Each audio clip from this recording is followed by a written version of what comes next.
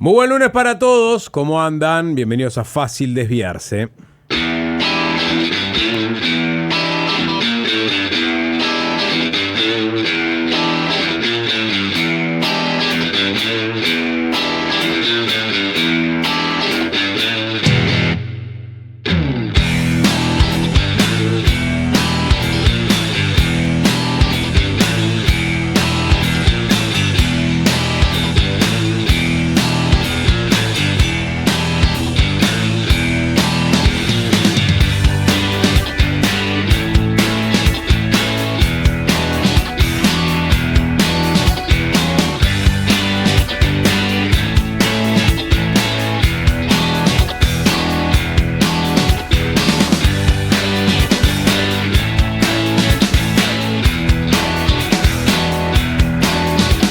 ¿Qué tal, Nicolás? ¿Cómo andamos? ¿Qué dice, Sapo? ¿Todo bien? Bien, por suerte. Hola, ¿qué tal?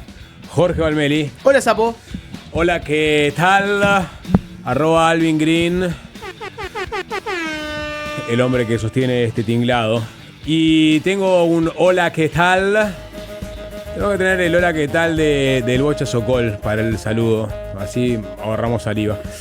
Arroba Uy, qué macana. La emperatriz de la noticia judicial. Y tengo un gran hola, ¿qué tal? Para el señor arroba César Giacosa. Eso, qué lindo esto.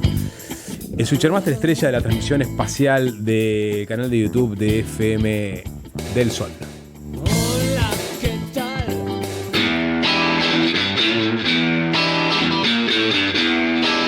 ¿Pasaron 8 segundos? ¿No? Ahí está. ¿Cómo está para quedarse escuchando las pelotas toda la tarde, ¡Pah! ¿Qué ganas? Puede ser, ¿Es el Gio. Bocha Sokol más que Germán Dafunquio? La tiré así, tiré la Están bomba. están ahí Sí, los dos, sí, están ahí. sí. No veo primacía de uno sobre el otro. No generemos grieta. Ellos igual tenían una relación tórrida, ¿no? Que si bien eran dos frontmans de las pelotas, tenía sus querellas. Bueno, ¿cómo andan? ¿Todo bien? ¿Todo tranquilo? Bien, bien. Sí, contentos, alegres. Un fin de semana, bueno, caso de Nico y Jorge, trabajando, ¿no? Viernes y domingo, Nico domingo, ¿no? Sí, ¿Sí? sí. ¿Cobran al principio de mes por lo menos? ¿Sí? ¿Antes del 10? ¿Alguna vez me viste quejarme de no estar cobrando en fecha, Sapo? No, pregunto. Nada para quejarme. Perfecto, me quedo contento, pues yo quiero, No, Nada no. para quejarme. Me tratan muy bien, Sapo. Perfecto, no, pues son dos soldados ustedes de sus respectivos Me canales. dieron mi ¿Pero vos propio... estás proyectando algún tipo de queja? Yo ninguna. A través de Claro, proyección. yo proyección. Convocatoria. Claro, no, siempre en fecha. Me dieron en el 10 mi propio... O sea, estoy cobrando, ¿no? Sí. Camerino. Pero además de eso, me dieron mi propio neceser con maquillaje. ¿Qué te parece? ¿Eso porque Lo pidieron una maquilladora, puse, no? lo puse en mis redes. No, que cada figura tiene su neceser figura. con, ¿no? Sus cositas, lo que le ponen, ¿no? ¿Cuál es la base adecuada para tu color de piel? Esto, lo otro. Ya merité tener un neceser propio. Dice Valmeli. JB. ¿sí? Dice Valmeli. Bien, Valmeli, bien. Sí. ¿Te hacen barba también? No, tan No, lejos no llegamos. ¿Tenés peluquero, Jorge? No tengo peluquero. El peluquero que tengo es afeitarme yo mismo, Está bien. ¿no? ¿Vos, Nico? Sí. Sí, claro, un abrazo grande a mi de Cute Cat. Hacemos la selección Bah. de chivos. Sí, claro. No, pero no sé, pero si me lo decís, te tengo que ponete decir. él bien, Nico. No lo voy a, Vos no nunca lo voy a lo puedes meter esconder. el chivo, ¿eh? ¿no? Nunca lo puedes meter el chivo. Pero... ¿Y qué? No, y acá no. Bueno, acá no. Bueno, hay muchas cosas. Hoy vamos a hablar con Rafael Porsekansky, de la consultora Opción, sobre todo lo que sucedió el fin de semana y hoy con la liberación de los rehenes que tenía Hamas en su poder a cambio de varios presos palestinos que estaban en Israel, como parte de este plan de pacificación de la zona. Un discurso de 1 hora de Donald Trump, no sé si llegaron a ver algo. No. En el No, Parlamento israelí, de antología, por todas las cosas que pasaron. Capaz que podemos repasar algo de eso y obviamente mañana hay una cumbre, una mega cumbre en Egipto donde van a estar los principales mandatarios de todo el planeta, secretario general de la ONU, ¿Estará Netanyahu? No va a estar Netanyahu. Bueno, Ni entonces, Netanyahu no- ni Hamas, ¿no? Ni Hamas ni pero sí Netanyahu. la Autoridad Nacional Palestina. Va a estar Mahmoud Abbas. Va a estar la Autoridad Nacional Palestina, van a estar, digamos, presidentes y primeros ministros y delegados de muchos de los países que fueron parte de esta negociación, y hay que ver si sostiene la PASO. Siento que te fuiste muy a lo Inter. ¿Te molesta si vendo la nota con algo local? Obviamente tiene una pata local. Hay un... Siempre se discute, ¿no? Así, típica charla de boliche, ¿no? ¿Qué tan antisemita es el uruguayo? ¿El uruguayo es antisemita? ¿El uruguayo discrimina a los judíos por ser judíos? ¿Cuál es la diferencia entre los que critican a Israel y los que critican a los judíos como pueblo? ¿El que suele ser crítico de Israel también viene acompañado de lo otro o no? ¿Dónde está más el antisemitismo en Uruguay hoy? ¿En la derecha o en la izquierda? Bueno, todas esas preguntas que muchas veces bolicheamos, hay datos. Porque Porcecaggi hizo un estudio vinculado justamente a este tema. Para tener un número que nos guíe en esa conversación, para tener algún dato concreto, para no tocar de oído. Sí, está Así bien. que todas esas preguntas que acabo de hacerles tienen una respuesta fáctica. ¿Y cuánto repercutió el conflicto justamente en esos sentimientos antisemitas que pueden predominar en algunos uruguayos? Incluso la posición de los uruguayos sobre cómo ha manejado el gobierno este conflicto también. Sí, exactamente. Claro, pero antes de todo eso, Sapo, fue un fin de semana, digamos, de ebullición de noticias de todo tipo, pero una particularmente vino de Argentina, pero se plantó firmemente acá en Uruguay. Vamos a meternos con lo que sucedió en Argentina, justamente en un par de provincias por lo pronto, porque en realidad los sucesos se dieron en diferentes lugares.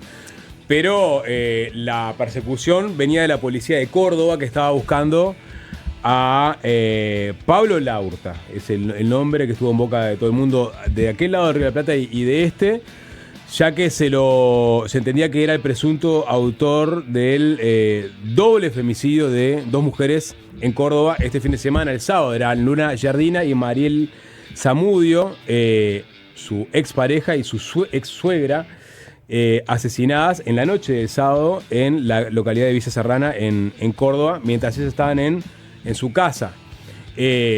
Al parecer, bueno, lo que se conoce hasta el momento es que Laurta habría ingresado al domicilio de estas mujeres, donde disparó arma de fuego y las mató, y se llevó a su hijo Pedro, de 5 años, que estaba con su madre. Ahí es cuando se convierte en un episodio transprovincial, porque deja Córdoba y se va a Gualeguaychú, es decir, se viene bien acá hacia la frontera con Uruguay, con la idea de cruzar justamente la frontera en un taxi, ¿no? Después de haber cometido estos 2 asesinatos. Bueno, ahí fue cuando... Entre medio de eso, Sapo, hubo un episodio en el cual aparentemente se va en un remis, ¿no? De una provincia a la otra. Y ese remisero después desaparece. Claro. En este momento, y aparece el remis quemado en Córdoba. Claro. En este momento esa persona está desaparecida. El auto está prendido fuego. Y hay video de Laurta y el remisero interactuando. Entonces sabemos que se vieron, sabemos que se subió el auto. Y bueno, y la verdad es que la gente en este momento está asumiendo lo que ya se imaginan, ¿no? De que, bueno, fue asesinado, y hay que ver si aparece o no el cuerpo. Hay que ver si fue así exactamente o no. Y hubo un incendio a pocas cuadras del lugar donde se cometieron los asesinatos, en una iglesia, donde murieron 2 niñas uruguayas también. No se sabe si hay algún tipo de vínculo entre Laurta y este incendio, pero parece que Laurta acudía a esta congregación. Se está investigando si es todo parte del mismo paquete o no. El condimento extra de esta historia es que Laurta es conocido para algunos uruguayos, o muchos, depende de la memoria que manejen, como uno de los voceros de Varones Unidos. Un grupo, una organización que tuvo cierta visibilidad ya hace unos 5 o 6 años, mientras se discutía el proyecto de ley de tenencia compartida y también... Y el de ley de violencia basada en género. Y el de violencia basada en género, es decir, 2 proyectos que, digamos, fueron parteaguas, si se quieren, en la discusión en algunos aspectos, y que tenía como uno de los voceros contra ellos a Laurta y su organización Varones Unidos, que se presentaba, ¿no? Que consideraban que era necesario incorporar la perspectiva masculina a las discusiones de género. Decían que las mismas actualmente dejaban de lado graves problemáticas que afectan mayormente o con características especiales al sexo masculino: suicidio, fraude paternal, aislamiento social, discriminación judicial, Las denuncias falsas. Sí, era parte de las justificaciones de la razón de existencia de este grupo, ¿no? Bueno, Laurta, junto con otros más, eran los voceros de este grupo y ahora es el protagonista de este hecho policial. ¿Por qué estaba en Gualeguaychú? Bueno, básicamente porque siendo uruguayo, su objetivo era cruzar y venirse al Uruguay evadiendo el pedido de captura. César, tenés por ahí, porque apareció el video de la captura en Gualeguaychú, ¿no? Y fue un video que choqueó a mucha gente, porque vos podés ver cómo, si querés pasarlo, no hace falta el audio, simplemente lo vemos para lo que está en la transmisión de YouTube, y se lo comentamos a la gente que está escuchando, ¿no? Dos policías que estaban de particular se metieron a un hotel, ¿no? Lo agarraron a él con el nene al lado también, ¿no? Hay que decirlo todo, ¿no? Un operativo que llama mucho la atención justamente porque vos ves que los dos policías de particular se lo llevan a Laurta, afuera de este restaurante, un hotel, una cosa así. Y el nene está viendo todo eso, lo que pasa, ¿no? Sí. No hay mucha. No hubo mucha contención para ese niño, ¿no? En las radios argentinas habló el ministro de Seguridad de Entre Ríos y él explicaba que no sabían si estaba armado. De hecho, cuando después le allanan la habitación donde estaba, encuentran un arma que entienden o tienen la hipótesis que haya sido utilizada en los asesinatos. Entonces necesitaban actuar rápidamente. Dicen que en la imagen esa que estamos viendo, que todos han visto, no se ve, pero que rápidamente hay una policía mujer que aborda al niño y que bueno lo deriva a los lugares de atención para que estuviera cuidado, pero que parte del operativo se dio de esa forma porque no podían especular con que él agarraba un arma en el momento. Exacto, como no sabían si estaba armado o no, tenían que actuar rápido Sí. para detenerlo. La imagen es no sé cuál es el calificativo, ¿no? Porque el gurí queda solo en un momento. O sea, Sí, queda, sí, se lo lleva la policía. Siguiéndolos, civil, va atrás de ellos. y va viendo a ver siguiéndolos qué y pasa. no recibe ningún tipo de contención. Obviamente uno se imagina. Primero lo que se supo del operativo es que querían preservar por todas las vías la vida del niño. Claro. Porque era capaz de matarlo. Claro, el miedo era ese. Entonces, pero el niño queda medio a la deriva, lo acompaña lo sigue hasta afuera, mientras la policía se lo lleva y lo sienta, digamos, en un escalón afuera. Después hay imágenes de los exteriores, en donde también es llevado. Ya ahí el niño no aparece, obviamente enseguida seguramente vino la contención. El niño nació en Argentina. Hay que ver cuál es su destino también, obviamente. Pero bueno, eso es una de las partes de la historia. La otra parte de la historia tiene que ver con La trayectoria de la Varones trayectoria Unidos. de Varones Unidos y la trayectoria de Laurta en particular. Por ejemplo, en Argentina se están fijando mucho como él era, digamos, parte de ese movimiento que seguía las ideas de Milei en cuanto a la batalla cultural, la batalla contra la ideología de género, como Nicolás Márquez y Agustín Laje, que son estos dos escritores, agitadores también pro Milei, que tienen el famoso libro Negro de la Nueva Izquierda, que en su momento hizo mucho ruido y que se presentaban como punta de lanza en el combate contra la hegemonía cultural de izquierda.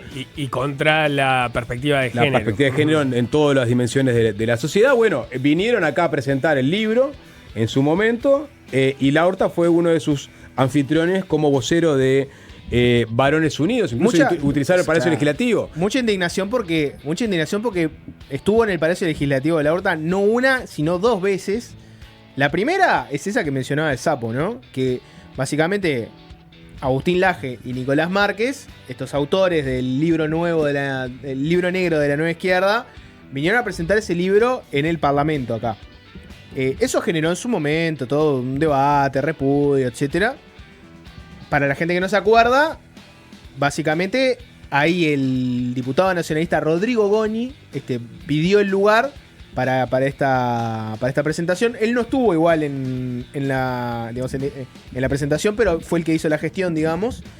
Y le hicieron una nota a Laurta en su momento. Unos periodistas que fueron a cubrir, periodistas o militantes, realmente no tengo claro bien quién hace la nota, pero está en YouTube subida.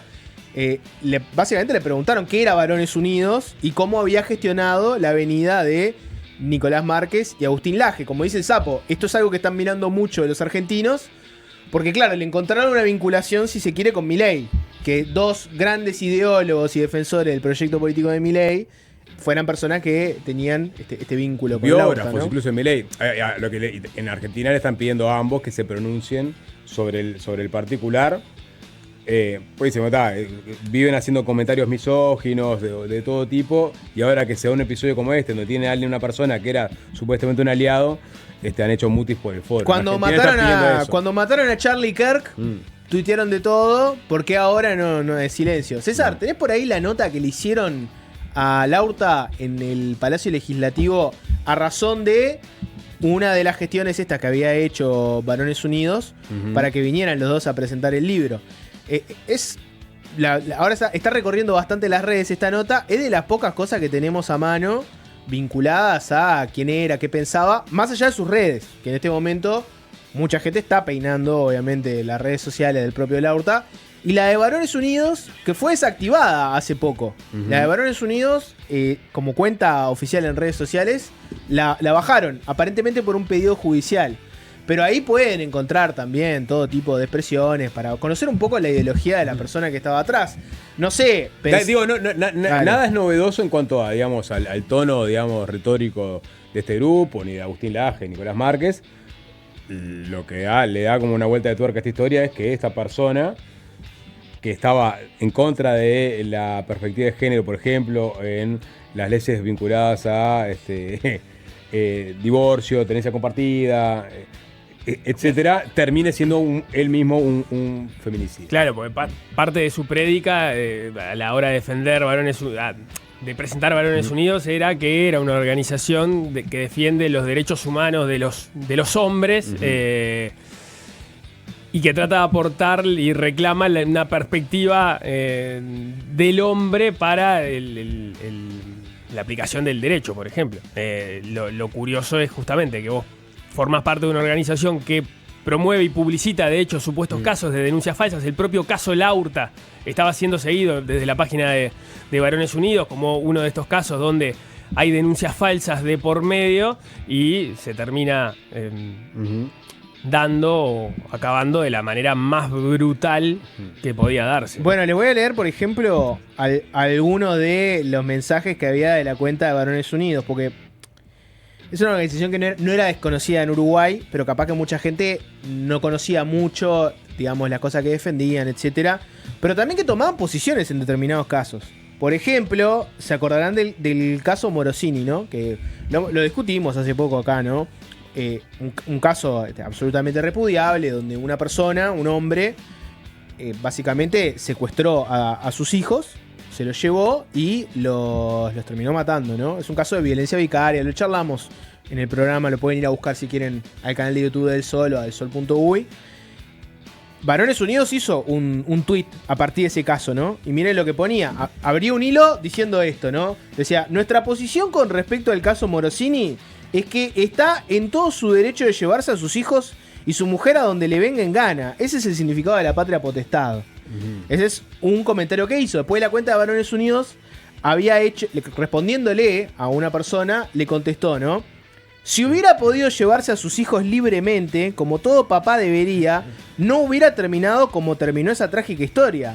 A esos chicos y a su papá los mató la judicialización sistemática de la familia, que es para controlarlas, no para proteger, como ves, a nadie. O sea, una de las cosas que decía Varones Unidos era, mirá, en casos de femicidios o de violencia vicaria, donde un padre va y mata a sus hijos o los secuestra, etcétera, en realidad no son la culpa del padre femicida. En realidad la culpa la tiene el sistema de justicia, que está cooptado por el feminismo, que como alejó a los hijos y los retiene, el padre no le queda otro recurso que hacer eso. Bien, vamos a escuchar ahora sí, Laurta, esto es de 2018, Jorge decía, era Radio Contenido, se llama el canal que generó este contenido, no era, digamos, un medio muy conocido, pero sí fue a hacer la cobertura de este evento. Este era el evento de presentación de Agustín Laje y Nicolás Márquez, los autores de este libro, estos argentinos, y Laurta decía lo siguiente. Bueno, estamos aquí en el anexo del Palacio Legislativo con Pablo Laurta en la presentación del libro El Libro Negro de la Nueva Izquierda. Pablo, buenas tardes, gracias por la oportunidad de invitarnos a cubrir este evento. Pablo Laurta, de los Varones Unidos, la Organización de Derechos Humanos de los Hombres, donde tratamos de dar un poco más de conciencia sobre las vulneraciones a los derechos humanos de la población masculina principalmente. Y bueno, acá lo que estamos armando, gente como pueden ver, es un evento en el cual van a participar Agustín Laje y Nicolás Márquez, comentando un poco todo el tema de la ideología de género y el tema del feminismo, de los lobbies LGBT y de cómo se articula todo ese trabajo sobre la sociedad mediante organismos internacionales, mediante los partidos políticos, mediante el trabajo político en las universidades también. Bueno, estamos aquí en Anexo del Palacio. Bueno, ahí estaba, ¿no? Plegándose un poco a parte de las ideas centrales que manejan Márquez y Laje sobre cómo existe una gran confabulación que incluye organismos internacionales, lobby LGBT, gobiernos locales, para crear una corriente de género que va en contra de los valores tradicionales y que es parte también de la nueva agenda de izquierda con esos derechos de tercera generación. Esa fue una de las veces que fue Laurta al Palacio Legislativo. La segunda fue en realidad mucho más posterior y fue en el marco, en este caso otra legisladora hizo la gestión, era Elsa Capillera. Elsa Capillera, diputada cabildante, después colorada. Capillera en su momento hizo, en realidad era como una charla que tenía que ver sobre tecnologías, algo así. Laurta tenía... Tecnologías y derechos. Claro, Laurta tenía también una empresa sí. de medios digitales, de asesoría, etcétera, y terminó ahí. Mucha gente le está cayendo a Capillera como diciendo, bueno, mirá, hiciste esto. ¿Por qué? Porque en el afiche, por ejemplo, parecía como que coorganizaba a Varones Unidos. Entonces, bueno, claro, que todas las personas que están en este momento con... Capaz que el caso de Goñi, que claramente esto tenía que ver con la paternidad, porque si mirás, yo sé, Bruno Celsa, que es el periodista, capaz lo conocen de La Diaria, ha venido acá también en algún momento. Él apuntaba que en su momento cuando hizo Goñi la gestión era supuestamente por una charla de paternidad responsable. Que en realidad la charla de paternidad responsable terminó siendo la presentación del libro de Laje y Nicolás Márquez, ¿no? Pero capaz que en el caso de Goñi es más clara una vinculación vinculada al antifeminismo. Es más claro ahí. El de Capillera, evidentemente hay una afinidad capaz, si querés, ideológica entre las cosas que piensa Capillera sobre el feminismo y Varones Unidos. Pero en el evento ese particular no era un evento, pensado para hablar de esos temas. Lo hace que ahí tenés. Y a eso sumale medio, ¿no? Ahora hay gente que le está cayendo a determinados medios o periodistas que le hicieron nota en su momento a Laurta, en pos de presentar las dos campanas, ¿no? Porque ese es el otro debate. Ahora aparece la gente que dice, no, bueno, miren cómo los medios apuntalaron a esta persona como un interlocutor válido, ¿no? Y ahí están cayendo a portales. Pero la pregunta es, porque sobre esa discusión en particular, ¿es Laurta o era Varones Unidos? Porque, o sea, es Laurta como vocero de Varones Unidos, digo, ¿no? pero porque hay una taquigráfica de 18 de mayo del 2021 en la Comisión de... La Comisión de Constitución. Legislación y Constitución, porque se estaban tratando los proyectos que tenía el Partido Nacional y Cabildo Abierto en paralelo, que era el de corresponsabilidad en la crianza y tenencia compartida. Entonces iban delegaciones de todo tipo. Ese día fueron delegaciones de UNICEF, de Stop Violence, y fueron Varones Unidos por una masculinidad responsable, ese era el nombre largo que tenían, y no fue Laurta, pero fueron convocados como interlocutores válidos para... dar su mirada sobre estos proyectos. Y ahí se playaron, presentaron una serie de estudios de Dinamarca, otro de España, un coso de Facebook, no sé qué, para hacer un punto sobre lo necesario que era la ley de tenencia compartida. Es decir, el Parlamento uruguayo ese día presidía la comisión Charles Carrera. No estoy diciendo que él lo haya convocado, seguramente no, pero digo que estaba toda la plana mayor de la política uruguaya validando a Varones Unidos como un interlocutor válido. Fue dos veces al Palacio. No, o sea, pero una cosa es que tenés una ¿no? sala para dar una charla en un anexo del Palacio, otra cosa es que vos lo convoques a una comisión. Claro, pero en el caso lo recibís, a veces piden ser recibido. O pides ser recibido, y vos decís sí o no. Pero eso quiere decir que te van a recibir, que van a gastar ese tiempo en escucharte, eventualmente va a quedar la taquigráfica. Sin compromiso. Y ta. No, por eso yo no estoy diciendo que esté mal. No, pero tiene un compromiso mínimo de que la persona que vos recibís igual después dice, no, bueno, a mí me recibieron, estuve en el Palacio hablando de determinados temas. No, yo porque están matando con retroactividad mucha gente por haber entrevistado, ¿viste? A Laurta o haber recibido. Y dice, bueno, en su momento todos de alguna forma recibieron o le dieron validez a Varones Unidos. Porque se critica a Laurta por ser parte de Varones Unidos. Él actuaba colectivamente con respecto a esta agenda. Claro, pero lo que pasa es que es una discusión que es un poco, no digo del todo, pero es un poco desenfocada, porque con eso, ¿por qué no estaba preso Laurta? Por los homicidios que todavía no había cometido. Por eso mismo te digo.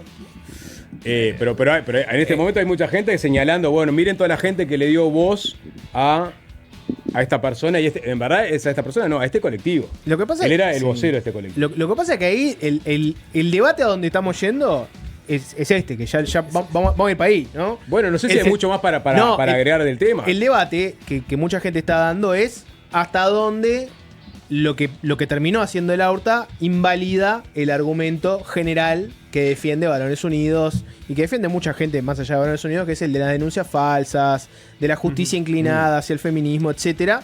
¿Por qué? Porque así como vos tenés muchos hombres que te dicen yo conozco casos de denuncias falsas, esto es algo que ocurre, se persigue efectivamente a los hombres, se los separan de los hijos.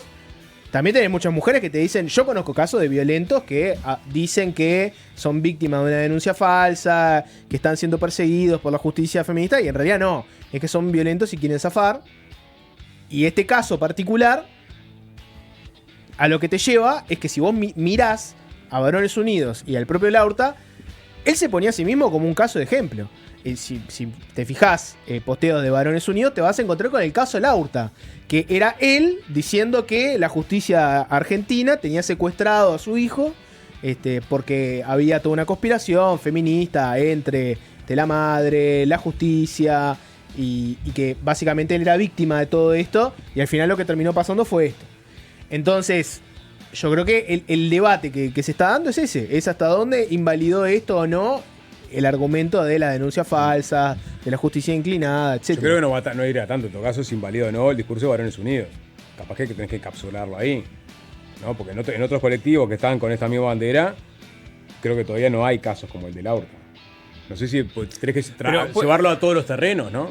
O a todas las instituciones que estaban en contra, estaban a favor del proyecto de tenencia responsable, porque también tenés que poner a los colectivos políticos también. Siempre que en una institución que es de carácter político, como sea una ONG, un partido, lo que sea, cuando uno de sus integrantes importantes comete un acto repudiable, mucha gente sale a ver si eso no tiene que ver un poco con la ideología que está atrás. No, está bien. Varones Unidos claramente queda manchado, digamos, con este caso. No tengo dudas. Si era uno de sus voceros principales y terminó en lo que terminó. Es más, creo que la cuenta de Varones Unidos está cancelada. O sea, me parece que la bajaron, pero creo que tiene algo que ver más con un pedido judicial y no creo que sea porque la bajaron en solidaridad con lo que pasó. Me parece que no fue por ahí. No lo sé realmente. O sea. Sí, claramente el caso no invalida la eventual inquietud que tengan algunas personas sobre que existan o no existan denuncias falsas. Claramente acá estamos en un caso donde no había una denuncia falsa, donde había una denuncia verdadera, según la información que manejamos, y estamos hablando de un tipo que montó o que fue parte de una estructura de una organización para la cual estaba tratando de protegerse a sí mismo, que era un violento al punto que termina convirtiéndose en un asesino, ¿no? Pero la conclusión que podés sacar es esa. No invalida, así como una denuncia falsa, tampoco invalida que existe la violencia de género y que es un problema brutal al punto que nos encontramos con estos casos que parecen guionados en una película, ¿no? Sí. O sea, el tipo que estaba atrás de la organización que estaba hablando de las denuncias falsas termina cometiendo doble femicidio. Exactamente. Y sí, te lleva a esa discusión, me parece, que es donde está ahora. La verdad que es un caso horrible, por todos lados donde lo mires. También es cierto que en definitiva vos tenés... A veces, no sé en el caso de ustedes, ¿no? Pero siempre que vos te juntás con otros hombres y charlás de este tipo de temas, siempre surge el yo conozco un caso, ¿no? Yo conozco un caso de un hombre que te dice que fue víctima de que una denuncia falsa, que lo separaron del hijo por determinado tiempo, etc. creo, no sé, para mí pasa, te diría que es una fija, ¿no? Y de hecho, mirás los medios, no tenés por qué ir a esas reuniones, mirás los medios y siempre que se hacen notas vinculadas a este tema, si es un periodista que es hombre, probablemente diga, yo conozco casos, ¿no? Bueno, ahora hay un caso que todos vamos a conocer de una persona que decía que era víctima de una persecución judicial y que era una denuncia falsa y resultó ser un violento, ¿no? Entonces digo, son casos donde el anecdotario personal me parece que no importa tanto. O sea, no importa ni por un lado ni para el otro. O sea, así como no importa el yo conozco un caso, que capaz que no es verdad ese caso que vos conocés, y simplemente tenés un caso de un amigo que te está diciendo algo que no es tan así, y este caso tampoco invalida un argumento general. Entonces, me parece que es un tema para hablar del dato concreto, el dato duro, cuántas denuncias falsas hay, son muchas, son pocas, qué se hace al respecto. Si comparás las denuncias falsas en estos temas con la denuncia falsa de otros delitos, como por ejemplo, no sé, la cantidad de gente que miente para cobrar un seguro, la cantidad de gente que miente en una sucesión, es más, es menos. O sea, me parece que ir siempre por la anécdota personal, entiendo que es lo que vende y siempre es lo que rinde, porque a vos en la cotidiana, ¿qué te va a pesar más? Que un informe de una hora sesudo y analítico de un tema, o que venga un amigo tuyo y te diga, esto me pasó a mí y te voy a contar la historia. O una nota espectacular de un tipo que encabezaba una asociación por los derechos de los hombres perseguidos por el feminismo que resultó ser un violento. Y siempre mediáticamente van a pesar más los casos con nombre y apellido y los casos que te toquen a vos personalmente. Pero en realidad lo que está bueno mirar es la evidencia, no la anécdota individual. No sé, en mi opinión. Sí. Vamos a ver después, en todo caso, cómo se pronuncia, yo que sé, los Agustín Lajes y Nicolás Márquez de este mundo con respecto a ese tema, si lo matizan. Bueno, pero pasa que ahí se da otra si curiosidad, no ¿no? Porque, digo, curiosidad. En general, quienes están en contra o quienes promueven y tienen un discurso activo en contra de lo que llaman la ideología de género, la perspectiva de género aplicada, no sé, al derecho. En realidad no les preocupa la violencia de género, ¿no? O sea, les preocupa el problema de las denuncias falsas, pero no tienen una preocupación sobre las muertes de mujeres a manos de hombres. O sea, que son estadísticamente enormes, ¿no? Y comprobables. Eso sí es un dato de la realidad. Ahí la preocupación de esos discursos tiene que ver mucho más con eso residual que existe, no se puede negar, más allá de que falta a veces evidencia para decir, bueno, ¿en qué medida existe? ¿Existirá? Sí, se supone que sí. Por esos casos de denuncias falsas. No, la preocupación por el otro tema, nunca lo viste. Levantar una bandera, o no sueles verlos levantar una bandera por las muertes de mujeres. Levantan la bandera por aquel caso que se enteran de una denuncia falsa. O en el caso de si dos mujeres que están en una pareja terminan matando a un niño, ahí sí van a salir. Cuando haya un caso, digamos, entre comillas, del otro bando, cuando haya un caso que de alguna manera complique o al feminismo o lo que sea, ahí sí van a aparecer y se van a preocupar por las muertes. Si es un caso como este, obviamente lo ves difícil. Bueno, vamos a hacer una tanda. 097-441-443. Tenemos habilitado la Ferrari de los celulares para que nos manden sus mensajes. Y vamos a hacer una tanda con música. Vamos a escuchar. Esta canción a lo largo de estos años ha sonado alguna otra vez, pero creo que calza con este día donde lentamente se va despejando el sol. Una canción muy espiritual de una persona también muy espiritual, pero racional a la vez, que es Bob Dylan. La versión no es de Dylan, sino que es de un grupo de cantantes de música gospel, un coro armado medio así de apuro a fines de la década de 60 en Los Ángeles. El productor salió a recorrer iglesias negras, ¿no?, donde había coros gospel, y reclutó a las mejores cantantes y armó este grupo que se llama Brothers and Sisters, hermanos y hermanas, ¿no? Hablando desde el punto de vista religioso, obviamente, donde versionan clásicos del repertorio de Bob en clave de música gospel. Lo que vamos a escuchar a continuación es uno de los clásicos de Bob Dylan, All Along the Watchtower. Historias del taxi. Bueno, me dejás, Sapo, una mínima mención. Ajá. Porque hoy estaba llegando medio tarde. Llegué tarde. Y me tomé un Uber para venir. Y me vine con Agustín, que podemos definirlo como el Uber rockero. Vino escuchando el octubre de principio en adelante se coló una de Almafuerte en un momento. Y yo venía con los auriculares puestos, ¿no? Venía haciendo otras cosas para el trabajo, viendo unos videos, no sé qué, papá. Cero interacción. No interactué mucho, pero lo escuchaba cantar. Entonces en un momento me saqué los auriculares y me dijo, ahora te sacaste los auriculares, perdón, porque se me fue un poco la moto, porque estaba cantando.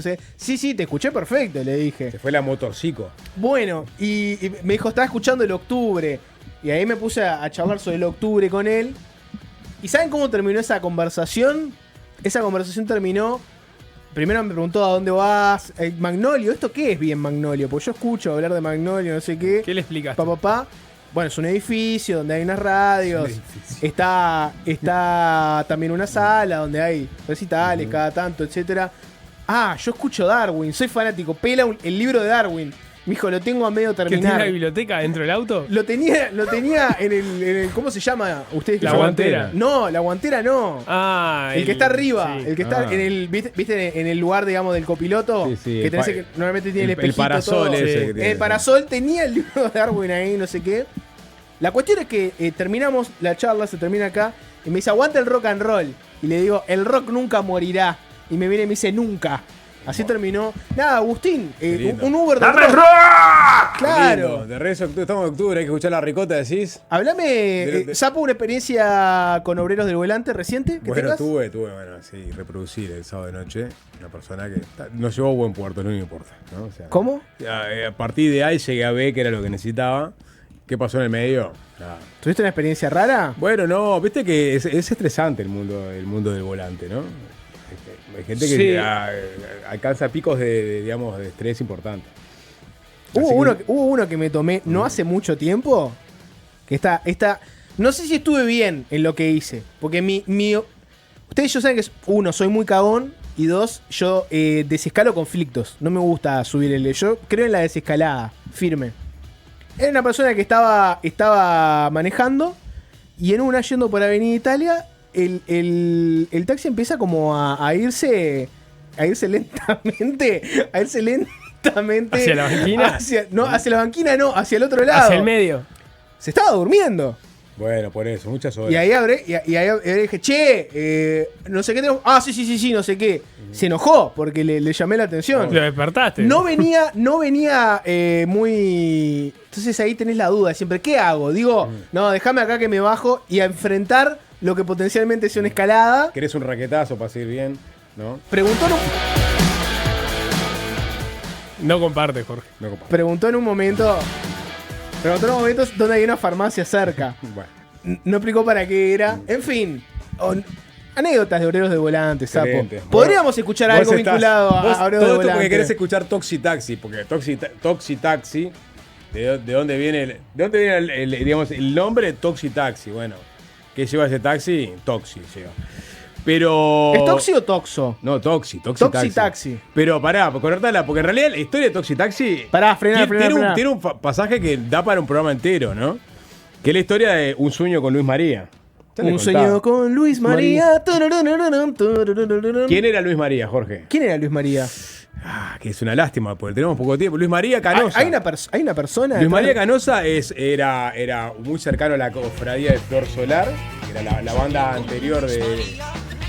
La génesis de Los Redondos está ahí, la cofradía. Muerto cuando me decía. Luis María tenía una banda llamada Dulce Membrillo. Cae preso en el año 78 por tener un par de porros, o un asio, no se sabe muy bien. Cae a la cárcel de Villa Devoto. Cae unos días antes de la masacre de Villa Devoto, donde murieron 60 reclusos. Después de que la policía a las 3 de la mañana ingresara, ¿no?, con toda su batería de seguridad a hacer una requisa, porque se había quejado de un preso de que les habían cortado antes una película que estaban viendo. Bueno, caen. Se quema un colchón con una de las ¿cómo se llama? Las resistencias clásicas que se usa para calentar cosas en un celdario. Se quema un colchón, se empieza a prender fuego el celdario, la policía cierra el celdario para que se chamusquen todos vivos, empieza a disparar y muere Luis María ahí. Luis María, que había caído preso unos días antes por tenencia, muy amigo de Los Redondos, muere en la masacre más grande de cárceles de Argentina. Cada día veo menos. Cada día veo menos porque había por la nube que había de producto de la quema de colchones, ese humo tóxico, por lo cual murieron muchos o calcinados o intoxicados por el humo o por las balas de la policía. Luis María Canosa. Ese es el Luis María al que hace referencia el Indio Solari en Toxi Taxi.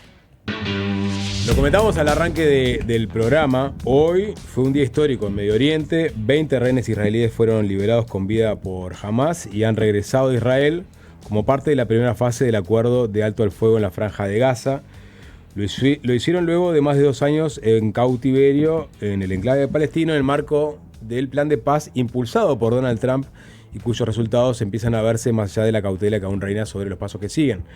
Este avance, que trae un poco de esperanza sobre un futuro de mayor convivencia en esa parte del mundo, también es un buen momento o sirve para reflexionar sobre sus impactos en nuestro país, donde el conflicto también ha vivido tensiones locales. De hecho, ayer el sociólogo Rafael Porsekansky, especialista en identidades étnico-raciales y director de opinión pública y estudios sociales de Opción Consultores, presentó una encuesta en la que analiza el antisemitismo y el conflicto israelí-palestino en Uruguay. Y allí detectó, por ejemplo, que el porcentaje de opiniones desfavorables sobre los judíos en Uruguay es minoritario, pero relevante, y que uno de los motivos centrales de la antipatía hacia los judíos proviene del accionar del Estado de Israel en la guerra. Bueno, vamos a conversar sobre los dos ejes, ¿no? Sobre el eje internacional, un momento histórico clave, y también sobre las repercusiones que tuvo en la sociedad uruguaya, puntualmente sobre esta encuesta. ¿Cómo andás, Rafael? ¿Cómo están? ¿Todo bien? Bueno, Bienvenido. Gracias por arrimarte. Y la verdad que estamos, de alguna forma, hay que ver después en la larga historia de este conflicto, cómo ubicamos este día en particular, ¿no? Estos días, ¿no? Porque hay una reunión clave en Egipto también. Pero ¿cómo viviste vos o cómo, sí, qué representa para vos y me imagino, podés decir también para toda la colectividad judía en el mundo, lo que sucedió con la liberación de los rehenes? En mi caso personal, primero que vivo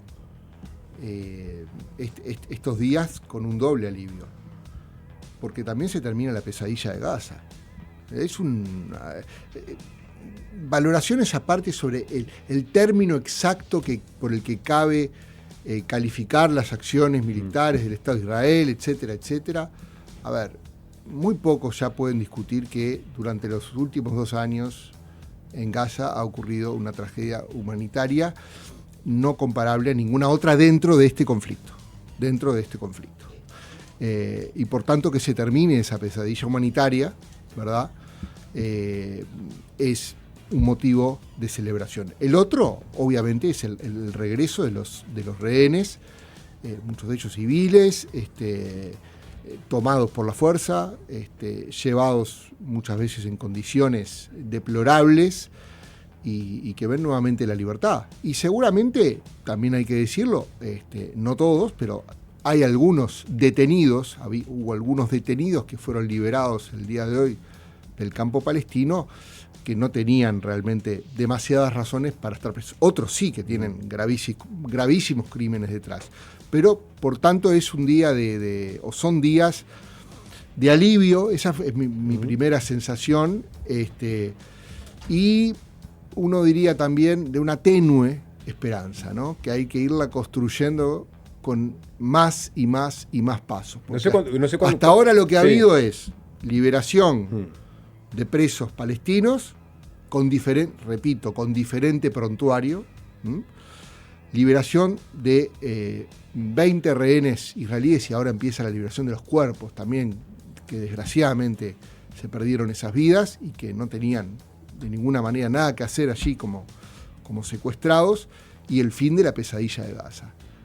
Pero quedan muchas preguntas en el aire, claro, muchísimas. No sé hasta dónde seguís vos como la coyuntura, pero tenés como varios pasos para ejecutar este plan. Esta cumbre en Egipto seguro va a ser también otro mojón, con representantes mandatarios de partes involucradas muy importantes, de Turquía, Qatar, Francia, Reino Unido. No van a estar, digamos, las partes en conflicto, no. Israel y Hamas. Tampoco va a estar Irán, aunque fue convocada. Sí, está Abbas. Está Abbas, de la Autoridad Nacional Palestina. Netanyahu parecía que no, después que sí, ahora y finalmente que no, en vista que se aduce que no va por una de las festividades judías, pero bueno, vaya a saber uno de los motivos por los que finalmente declinó participar.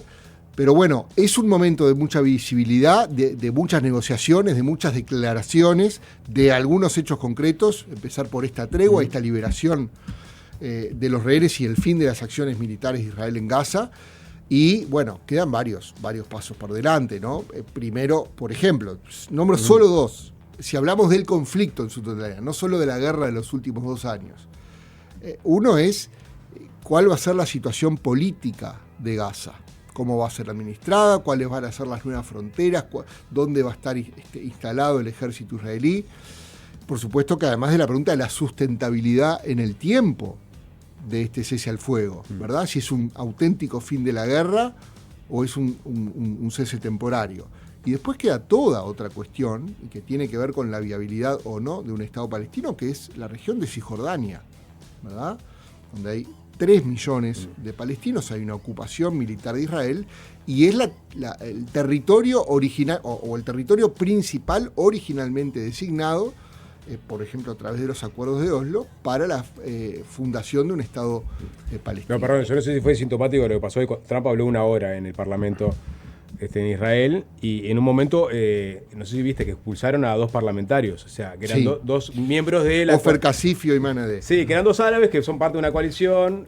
Kasif es judío. Kasif es judío, el otro Sí. era árabe. Es entonces. del partido Hadash, que o sea, en realidad es también de ahí viene el Partido Comunista Ajá. Israelí. Eran ¿no? de izquierda, sí, sobre todo, Sí, Ca- sí. Casif que tiene familia en Uruguay. Sí, señor, y que estuvo hace poco en Uruguay. Y fueron expulsados. ¿Por qué? Porque dijeron que peleaban por la creación del reconocimiento del Estado palestino. Levantaron un cartel Sí. que dice, claro, porque como Estados Unidos no reconoce el Estado Claro, palestino, exactamente. claro. Digo, porque si es sintomático, en realidad que va a ser mucho más engorroso de lo que se piensa, digamos, el futuro de esta paz. Claro, Mientras no se reconozca el Estado palestino. sí, exacto. Es ahí donde hubo un cambio, que es un cambio por ahora simbólico, fue el reconocimiento del Estado palestino por parte de varios países europeos que no se habían sumado a la lista. Francia, Gran Bretaña, por ejemplo. Ese fue un cambio importante. Sí, sí. Pero por ahora de consecuencias simbólicas. Y queda la pregunta si efectivamente se van a sentar a una mesa nuevamente a negociar, después de muchos años sin negociaciones, israelíes y palestinos. Y ahí también una de las principales preguntas es cuál va a ser el referente palestino y si ese referente tendría legitimidad. Porque muchos vemos, por ejemplo, tener un protagonismo central a Mahmoud Abbas, ¿verdad? Principal referente de la autoridad palestina.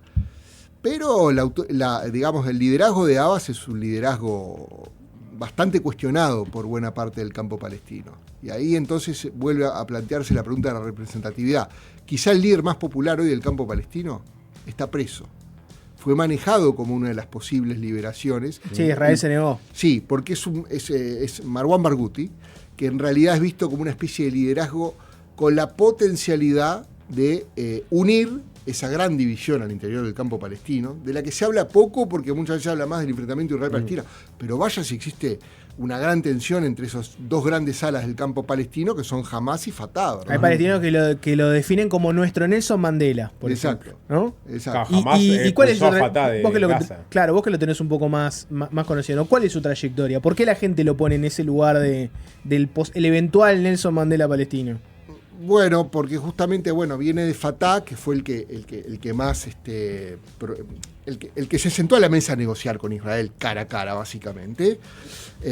No obstante, estuvo preso por la segunda intifada, no está preso por crímenes de los que se le acusa en el marco de la segunda intifada, ¿recuerdan? De 2000. Donde tuvo gran protagonismo Hamas, pero también lo tuvo Fatah. Entonces, y hay gente que lo ve justamente como una persona capaz de articular con alta popularidad, carisma, y que ha demostrado justamente esa capacidad de lograr un discurso unificador y al mismo tiempo negociador, ¿verdad? Es una incógnita también. Hace muchos años que está en la cárcel. Claro, que cómo sería hoy si saliera. Y ya que agarramos por esta avenida, ¿no? Y Netanyahu ahí, porque Netanyahu en este momento es una... La otra vez lo discutíamos un poquitito, ¿no? Hay una paradoja interesante que Israel militarmente está en su mejor momento, ¿no? Diplomáticamente está en su peor momento, ¿no? Y Netanyahu es la persona para sentarse ahora y tener todas estas discusiones, porque para muchos líderes árabes, por ejemplo, es es prácticamente tóxico tener una foto al lado de Netanyahu en este momento, ¿no? Mucha gente lo reconoce como, bueno, vos sos el arquitecto de la masacre en Gaza. Otra gente directamente considera que es un genocida.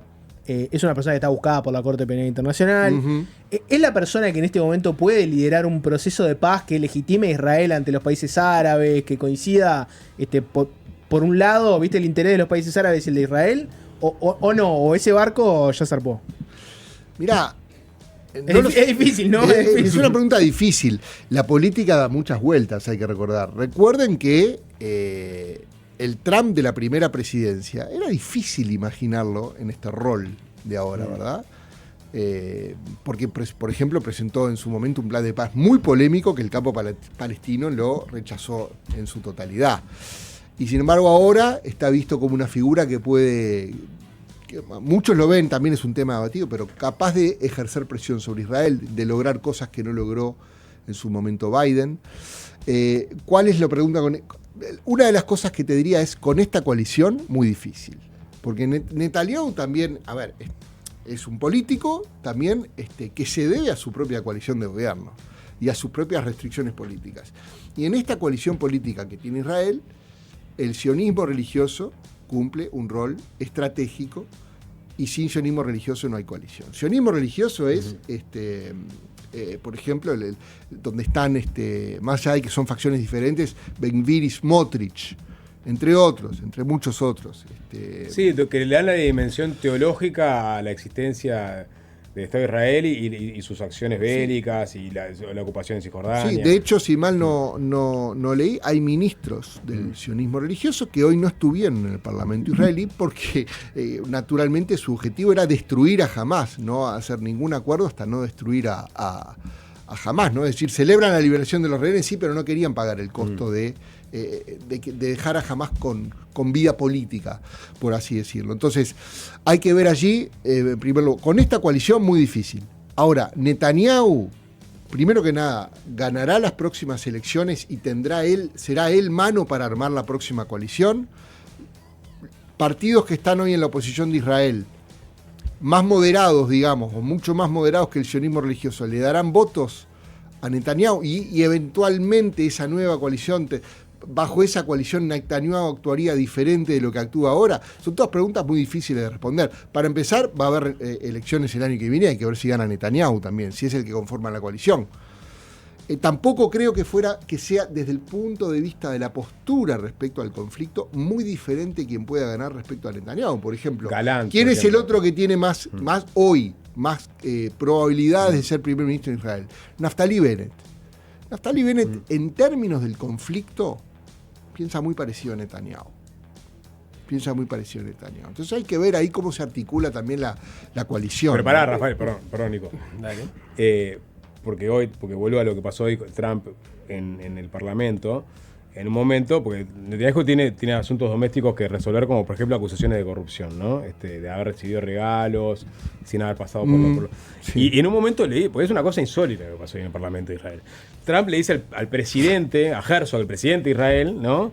Perdónelo, me voy a salir el libreto, perdónelo a Netanyahu por unos champagne y unos Sí. habanos, ¿no? Cuando digamos, si no hubiera pasado el 7 de octubre, sería el principal tema de discusión en Israel, los casos de corrupción por los cuales se le acusa a Netanyahu. Y así, suelto de cuerpo, Trump pedía aplausos para Bibi, le decía al presidente, digamos, que lo perdone, es decir, entró la cuña de Estados Unidos a apoyar fuerte a Netanyahu, Sí. y eso capaz que puede llegar a darle un reimpulso a la carrera de Netanyahu si sale bien este plan.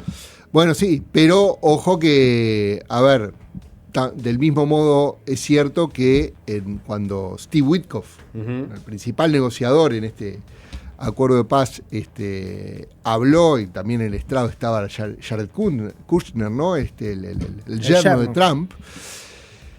Cuando Witkoff nombra a Netanyahu, los manifestantes hacen bu, y está grabado eso. Sin embargo, al mismo tiempo, Trump es un nombre coreado favorablemente. Entonces, ¿comprará el público israelí esas señales que manda Trump? ¿Hasta qué punto? Mire, la realidad es que la figura de Netanyahu es una figura con un importante nivel de popularidad en el campo israelí, Tampoco hay que tomar como buena o como representativa a los manifestantes, son una submuestra del público israelí.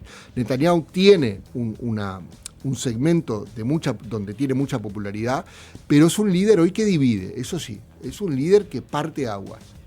Inclusive uno diría, por cómo ve, cómo se expresan dirigentes y personas de la diáspora judía en el mundo, es un líder que parte aguas.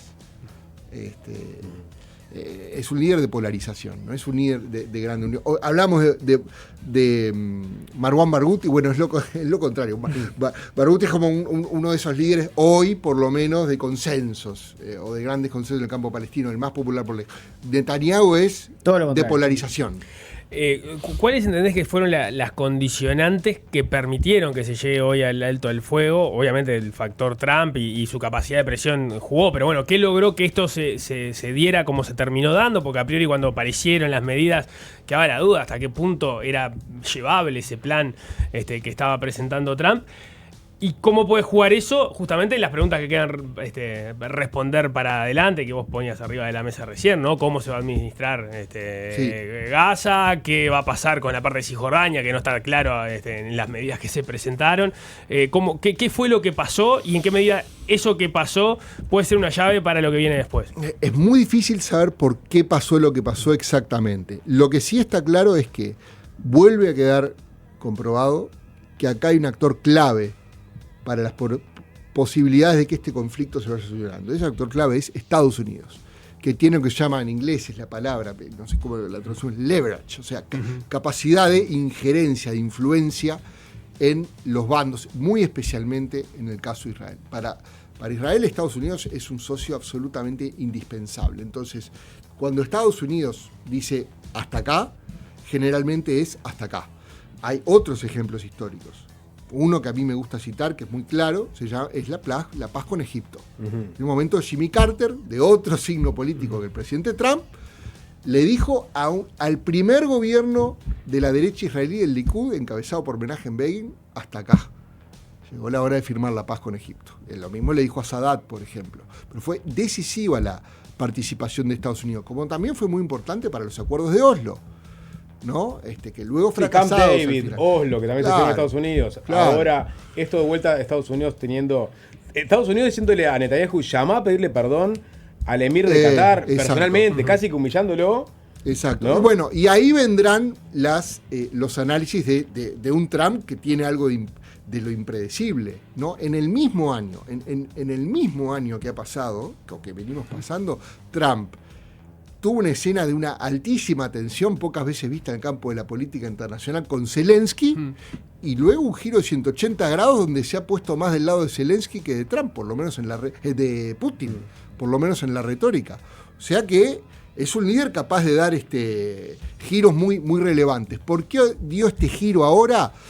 Y bueno, pueden haber muchas hipótesis. Uno es el ataque selectivo que desarrolló Israel en Qatar. Qatar es un aliado importante de los Estados Unidos.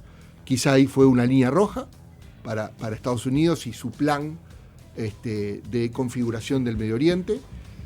Otro es el tema de la política doméstica, que no hay que descartarlo. Hay un gran cambio en la política doméstica en Estados Unidos, que es el pasaje del electorado demócrata, y eso es un desafío, vos lo decías, Jorge, desafío para futuro de Israel, ¿no? Del mediano y largo plazo.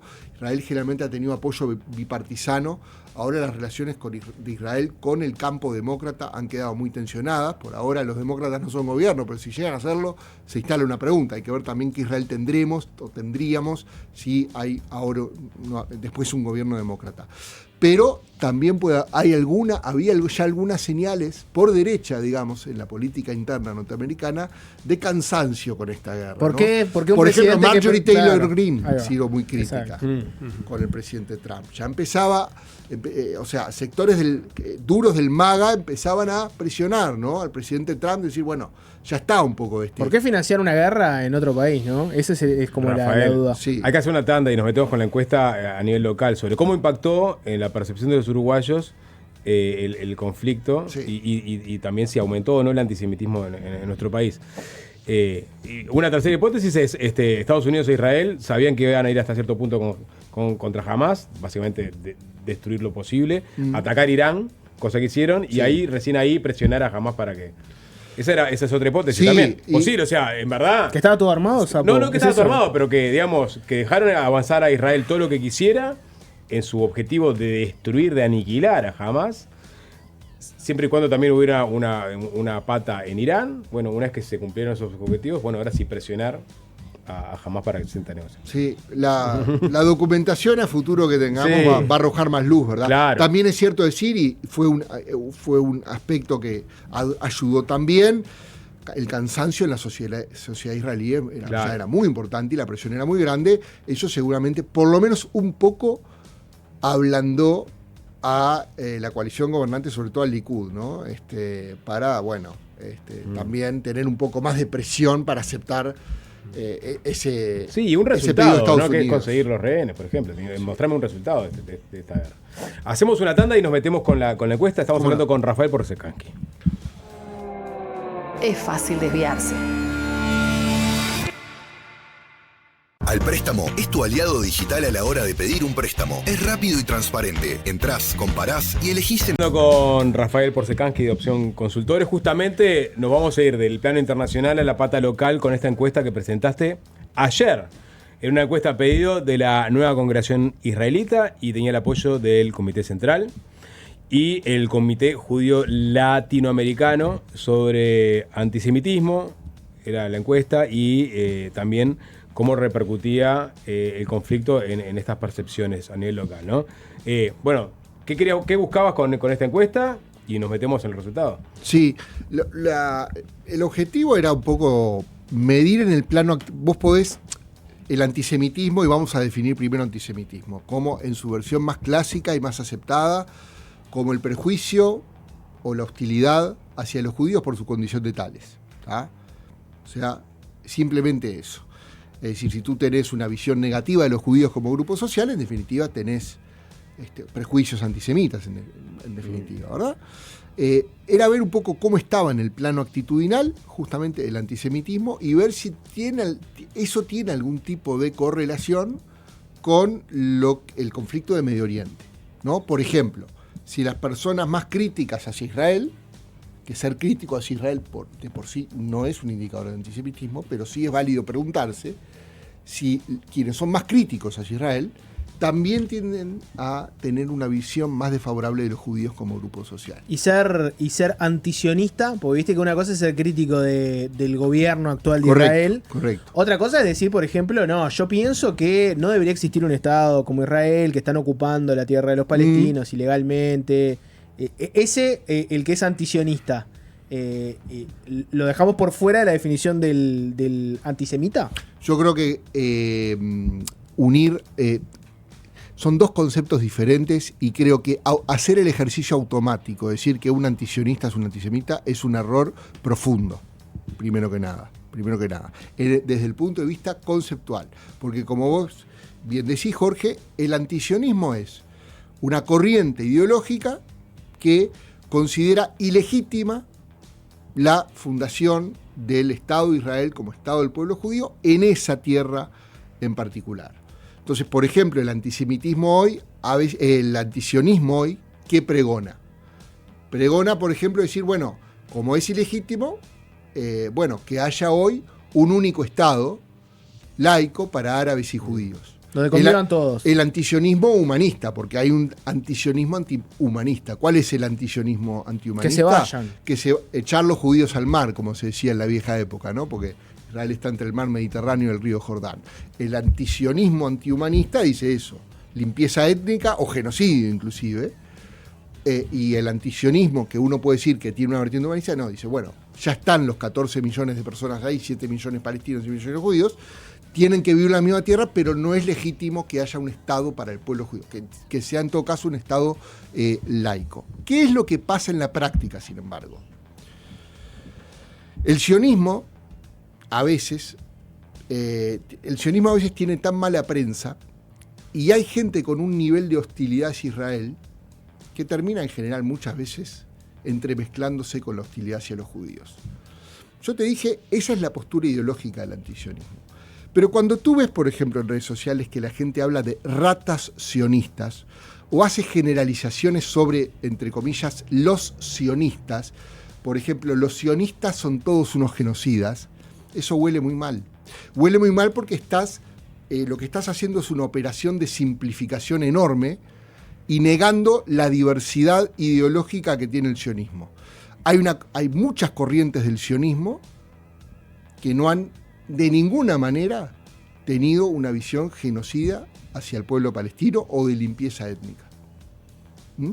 Han, por ejemplo, defendido corrientes liberales, progresistas, humanistas que han dicho sí, entendemos que es legítimo que exista el Estado de Israel como Estado del pueblo judío, pero junto a un Estado árabe para el pueblo palestino. Y que hoy en representación en Israel. Y a política. su vez esa corriente del sionismo defiende que los ciudadanos israelíes palestinos que están adentro de las fronteras internacionalmente aceptadas del Estado de Israel vivan en condición de igualdad con los ciudadanos israelíes judíos. Ahora, Bien. Entonces, cuando se hace esa operación de demonizar al sionismo, Vos decís que ahí ya se cruza una línea. equiparándolo al nazismo, por ejemplo, bueno, en general Bueno, es muy ahí quiero complicado. volver a la encuesta. Hubo otra encuesta en redes sobre antisemitismo y daba cuenta de que se ha convertido el término sionismo con una carga negativa muy importante, peyorativa, Sí. que mezcla, digamos, los tantos. Se habla de sionista indistintamente de judío y las dos cosas Sí. de forma A veces se negativa. habla de judeo-sionista Ujú. también, o sea, hay cosas de ese tipo. Entonces, Vos decís que cuando escuchás a alguien de hablar de la banca judeo-sionista, ahí agárrate. y ¿no? bueno, a ver, porque justamente eso entronca. El otro día yo ponía un ejemplo en televisión, mostraba un meme, o no sé cómo se le llame, es la bandera de Israel y alrededor un conjunto de ratas con una kipá, que es el pequeño sombrero que usan los judíos religiosos, ¿verdad?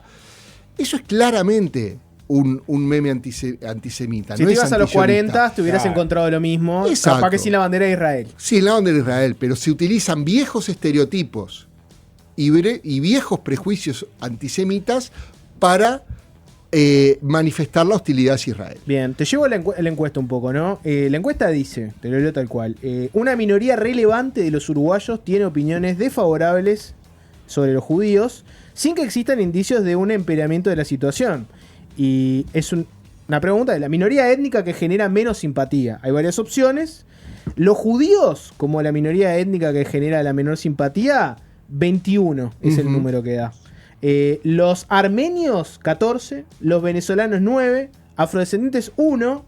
Y 42 te dicen, no tengo ninguna minoría que me genere rechazo. Correcto, ¿no? O correcto. sea, podemos decir que de cada 10, 2, la minoría que menos les es simpática son los judíos. Es correcto, es así. ¿Y es eso así. cómo hay que interpretarlo?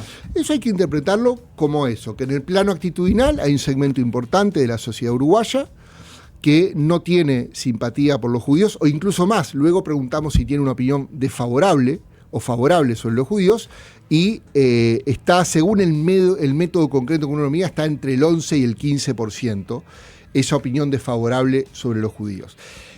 Falta una investigación sistemática en Uruguay sobre antisemitismo a nivel actitudinal que permita evaluar si hay una baja, un incremento o estabilidad en el antisemitismo. Pero combinando diferentes tipos de datos y analizándolos, no hay una prueba concluyente de que el antisemitismo en Uruguay, por lo menos en el plano actitudinal, haya aumentado. Y acá quiero hacer una precisión muy importante.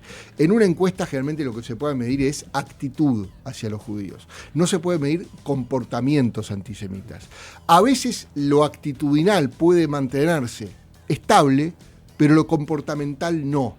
Y de hecho, en estos últimos 2 años lo comportamental no se ha mantenido estable. Cuando tú pintás una sinagoga manifestándote en contra de Israel, estás cometiendo un acto antisemita. ¿Por qué? Porque la sinagoga es una institución judía a la que no le corresponde expresarse sobre Israel. Es una institución de la comunidad local. Diferente sería si tú vas y marchás frente a la embajada del Estado de Israel, o si te manifestás en contra de una institución local, pero que tiene representación de algún tipo o declara apoyar algún tipo de partido político de Israel. Una Eso sería organización diferente. sionista uruguaya. Cualquier cosa que Ponele. representa al gobierno de Israel en este momento. Al gobierno o al Estado, a lo que fuera. Entonces, del mismo modo, enrostrarle a la hinchada de un club de básquetbol de origen judío la bandera de Palestina. ¿Por qué? ¿Qué tiene que ver la comunidad judía estrictamente con las acciones del Estado de Israel? O sea, ¿es la función del club judío expresarse sobre lo que pasa en Israel? ¿Y hay algo de ignorancia ahí también o no? ¿O entendés que es antisemitismo? En estos casos En el caso puntuales. ese, en el caso Mirá, ese, agarrar la algunos- parte por el todo. Claro, Mirá, en es el caso probable- ese algunos te dirán Uruguay reconoce 2 estados, ¿por qué salir con una bandera de Palestina está No, mal? pero digo una cosa mucho ¿no? más brocha gorda. Sí. Sale y dice, no, ¿me entendés lo que te digo, no? Mira, es probable, yo no sé si ignorancia o inconsciencia, en el sentido de no ser consciente, quiero decir. Por ejemplo, yo creo que el acto más claramente preocupante a nivel público fue en la marcha del 8M, cuando un sector del movimiento, uno de los tantos colectivos del movimiento feminista, se manifiesta con una gran cabeza de monstruo y la estrella de David en la frente. Eso en el marco de una supuesta protesta contra el Estado de Israel. Lo que pasa es que se utilizan, de nuevo, con el ejemplo de las ratas, se utilizan, digamos, iconografías muy asociadas al antisemitismo. Entonces, probablemente, como el antisemitismo es un fenómeno que tiene siglos, seguramente en el inconsciente colectivo de la sociedad uruguaya, como de tantas otras sociedades, está eso. Y eso de algún modo se escoge en un momento crítico sobre el tema del conflicto del Medio Oriente y se activa. Pero no es una expresión pura de crítica a Israel. Es más que eso. Es más que eso.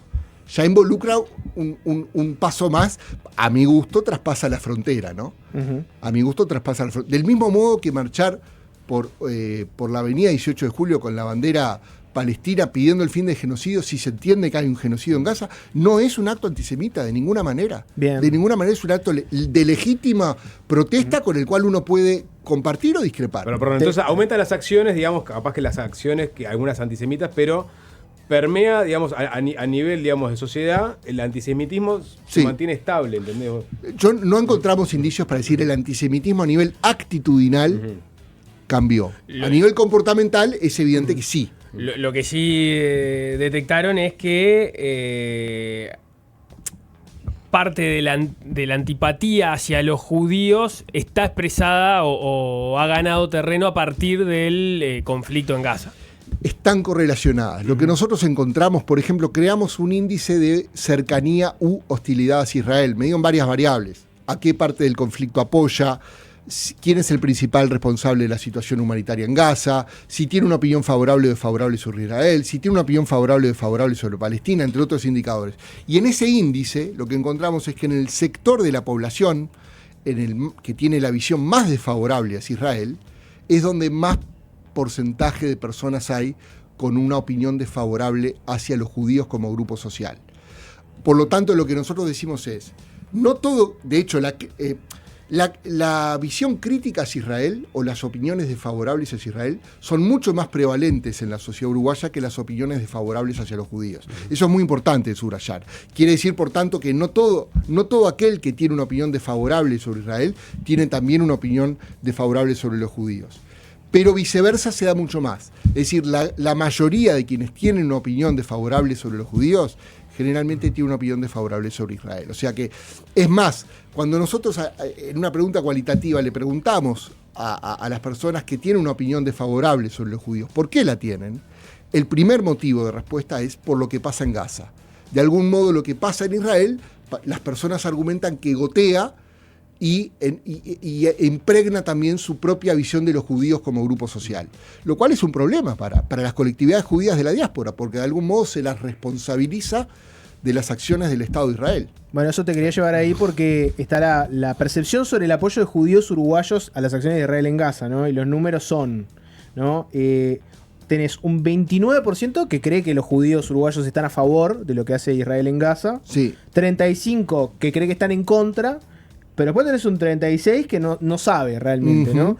Entonces, si en realidad juntás a los que creen que los judíos uruguayos apoyan lo que pasa en Gaza y los que no saben, son mucho más de los que están convencidos de que están en contra. Y ahí como jugó el tema mediático, ¿no? Porque vos, yo qué sé, mirando los medios, muchos programas han dado discusiones donde vos tenés referentes, viste, de la colectividad judía con opiniones diversas, Pero pues hay veces que uno ve que las voces que salen a hablar de parte de la colectividad judía uruguaya sobre Israel son voces que están netamente a favor, ¿no? Y que te diría que justifican hasta lo injustificable. ¿Eso cómo jugó? Porque viste que me imagino que adentro, a vos te debe haber pasado personalmente, ¿no? Pero dentro de la colectividad judía, incluso son temas urticantes para hablar, son complicados. También vos, si sos un judío uruguayo, ¿por qué deberías salir a hablar de algo que en realidad vos no tenés nada que ver? ¿Por qué soy yo el que tiene que ser vocero de algo? En lo micro y en lo macro, ¿no? En el voy al asado y mis amigos me preguntan, ¿y qué opinás de lo que hace Netanyahu? Hasta tengo que encarar una nota en un medio y que me pregunten y que yo tenga que hablar por... ¿Cuánto jugó lo mediático ahí? Es imposible, imposible de saber. Lo que yo sí digo, y lo he dicho más de una vez, es que la colectividad judía uruguaya, yo la conozco bastante bien, la verdad, es una colectividad plural en el sentido que tiene pluralidad de opiniones. Se arman unos debates sobre este tema en la interna que ni te digo. Lo que la colectividad judía uruguaya muchas veces le cuesta es mostrar su pluralidad. También le cuesta muchas veces porque esto pasa en todos los grupos sociales. Criticar a los demás es fácil. Ejercer la autocrítica es difícil. Entre otras cosas porque uno se siente traidor a la causa, por así decirlo, ¿verdad? Entonces, esto también pasa dentro del campo palestino o pro-palestino. Después del 7 de octubre yo no vi ningún comunicado del campo pro-palestino solidarizándose con las víctimas. Hubo que esperar mucho tiempo para ver una crítica frontal, decidida. Cuando la embajadora palestina, que es de Fatah, ¿no?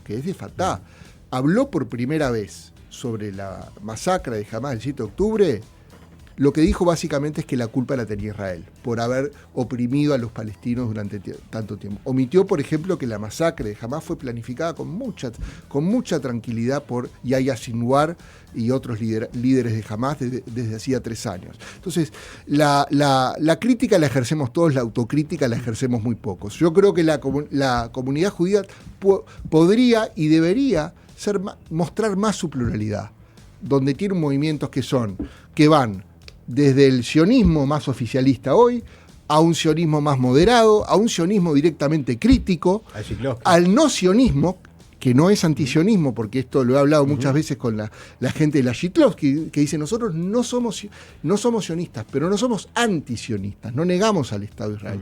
Y después también con los judíos antisionistas que hay. O sea que hay judíos como para divertirse en cuanto a su postura. Y vos sabés que sale poco. Otra, 38% de los uruguayos no conoce personalmente a ningún judío. Y otro 28% conoce pocos judíos. O sea, hay un tema también de que la colectividad no se son 11.000, muy pequeña, está entre los 11 y 15.000 personas. Claro. Muy pequeña. Y una cosa que es interesante es que a mayor nivel de conocimiento de personas judías, mayor favorabilidad de la imagen de los judíos. Rafael, no sé si Nico lo tenías, pero el índice de cercanía a Israel según ideología y voto anterior. Sí. Eso me parece muy interesante porque introduce una discusión que es muy interesante, que es ver por qué, por ejemplo, muy adverso a Israel cuando sos de izquierda, sí, ¿no? 38%. Sí. Cercano a Israel, 31% cuando sos de derecha. Es decir, ahí tenés dos polos que no sé si se condicen con los votos en elecciones. Sí, a ver, uno de los hallazgos más importantes del estudio, unas confirmaciones, es que tanto la hostilidad hacia Israel como la hostilidad hacia los judíos están segmentadas fundamentalmente no por factores sociodemográficos, sino por preferencias políticas e ideológicas. ¿Qué quiere decir esto? Que cuanto más de izquierda sos, más probabilidad tenés de ser hostil hacia Israel, por ejemplo. De hecho, entre los frente amplistas, el nivel de hostilidad hacia Israel es hoy superior al 50%. Tomes el indicador que tomes. O sea, la mitad de los frente amplistas hoy tiene una mirada adversa o muy adversa hacia Israel. En cambio, en la coalición eso se reduce notoriamente. Crece mucho la visión favorable sobre Israel. Por ejemplo, en la pregunta, ¿a quién apoya usted en este conflicto? ¿Palestinos o israelíes? Y bueno, el grueso de los frente amplistas te dice a los palestinos y el grueso de los coalicionistas te dice a Israel. O sea que hay una segmentación importante. Y lo otro, y ahí sí hay un cambio histórico claro, es más probable La mayoría de los frente amplistas, primero, la mayoría de los frente amplistas y la mayoría de los coalicionistas no tienen una visión desfavorable de los judíos. El antisemitismo, si lo medimos así, el antisemitismo es minoritario en los dos electorados. Esto es muy importante subrayar. Pero, siendo minoritario, es más importante al interior de los frente amplistas que al interior de los coalicionistas. Bastante más importante.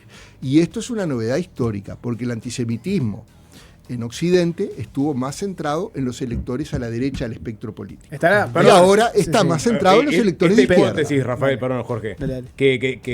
¿Por qué hay digamos, por qué la izquierda abraza tanto la causa palestina? Tiene que ver con la bandera antiimperialista histórica y por extensión Estados Unidos y ser Israel su aliado, digamos, comulgan con esa causa.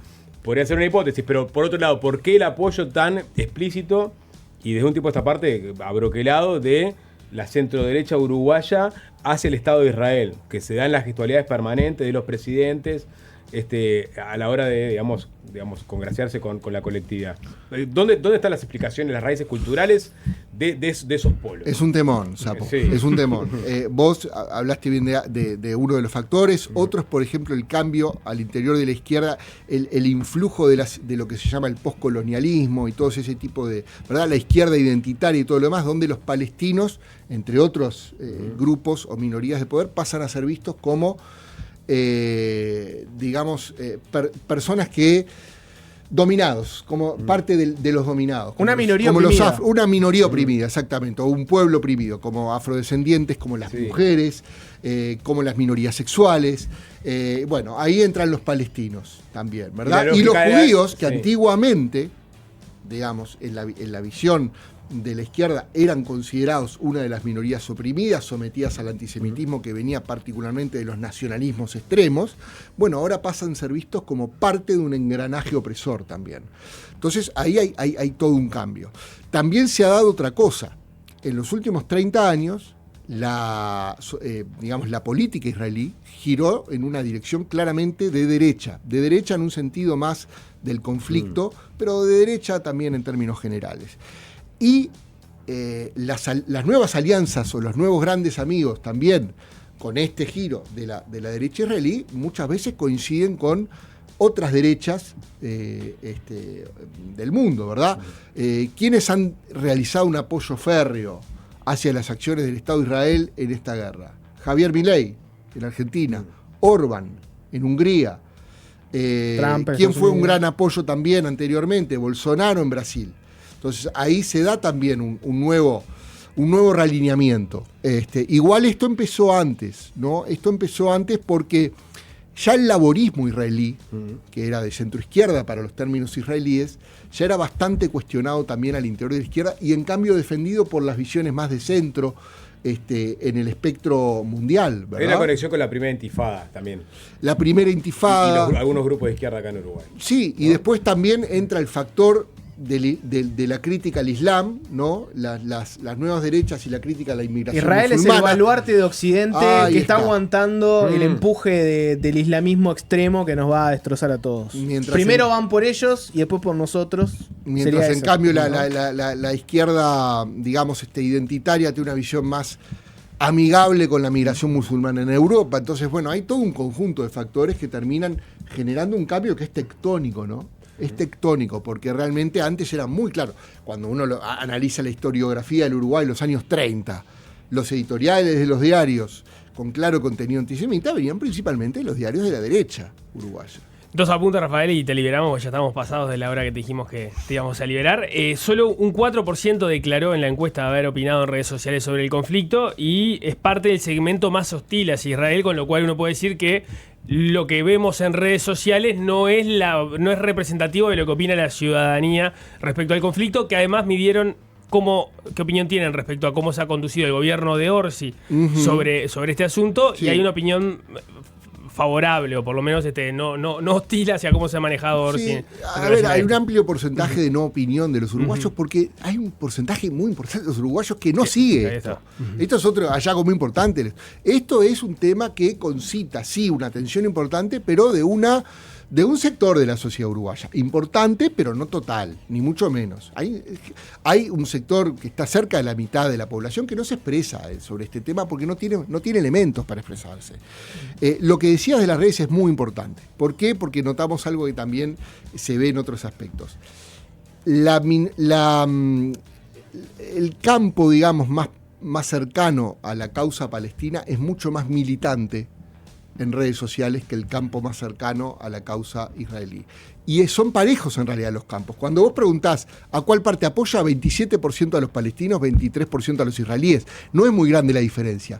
Pero cuando vos le preguntás a los que apoyan a los palestinos si opinaron en redes, el 11% te dice que sí. Pero cuando les preguntás a los que apoyan a los israelíes, el 2% te dice que sí.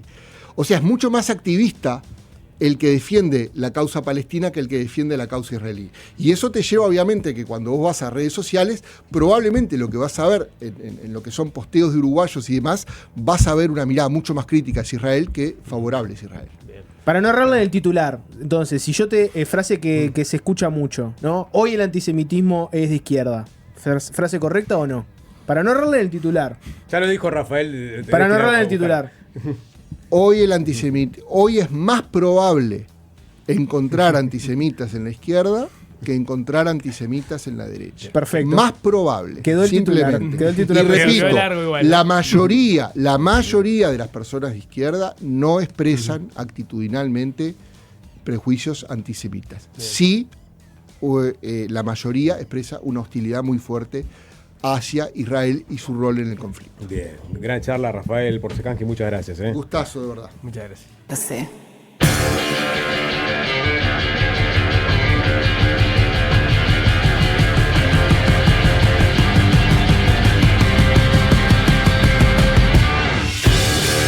En la Cámara de Diputados se viene trabajando de forma incansable para avanzar en la votación del presupuesto. Ya están siendo inciso por inciso. Yo creo que inciso por inciso. Inciso por inciso. Yo creo que de manera cansable, no incansable, porque se tiene que haber cansado con la cantidad de horas que llevan arriba. Bueno, hay gente que se ha quedado sin voz. Un Mariano Tucci, por ejemplo, no puede hablar. ¿Cómo le costó a Tucci poder hacer la lectura, digamos, del informe mayoría? Cuando en el plenario a él le tocaba abrir la discusión de alguna forma y llevar el informe mayoría del oficialismo. Y creo que era el efecto de la pelusa. Una persona que es la voz principal de Monte Carlo en su momento, ¿no? Un profesional de la gola. Y se quedó sin voz. De hecho, tuvieron que pedir un cuarto intermedio de 5 minutos porque en determinado momento, claro, tenía que hacerlo más lento y no le iba a dar el tiempo que tenían previsto para poder terminar con la presentación del informe.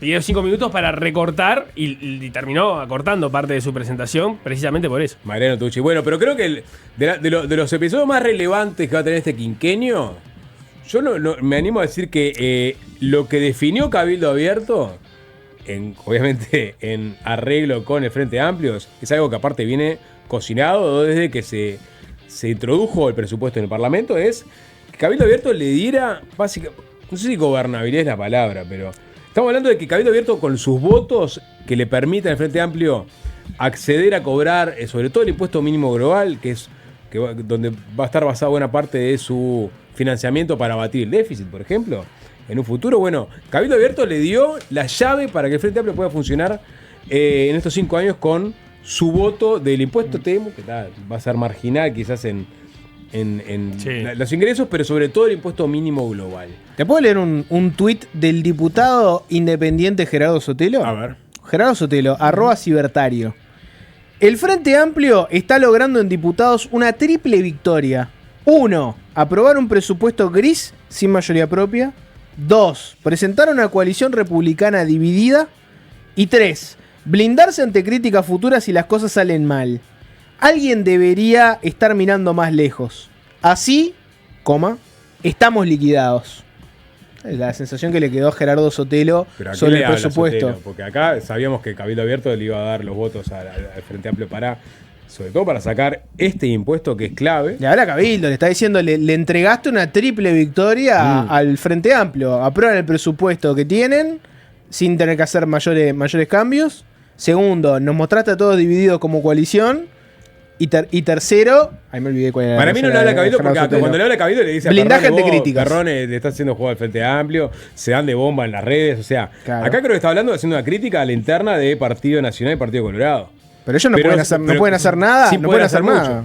Bueno, lo que podrían haber hecho era arropar mejor a Cabildo Abierto, para que no fuera el socio díscolo y hoy día darle al Frente Amplio los votos que necesitaba.